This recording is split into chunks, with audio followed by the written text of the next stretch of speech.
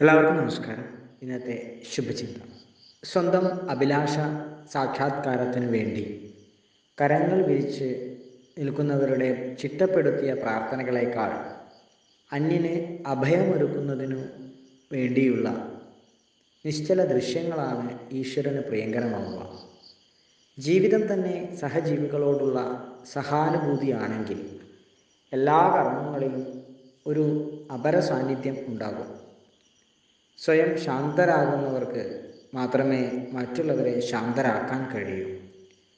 സ്വയം വെളിച്ചമുള്ളവർക്ക് മാത്രമേ അപരന് ഒരു ദിവസം വെളിച്ചമാകാൻ സാധിക്കൂ. സഹനവും സഹവർത്തിത്വവും ഒരുപോലെ സ്വായത്തമാക്കിയവർക്ക് മാത്രമേ മരമാകാനും തണലാകാനും എല്ലാം കഴിയൂ. എല്ലാവർക്കും നന്മകളുണ്ടാകട്ടെ. എല്ലാവർക്കും ജീവിത വിജയം ഉണ്ടാകട്ടെ. നന്ദി, നമസ്കാരം.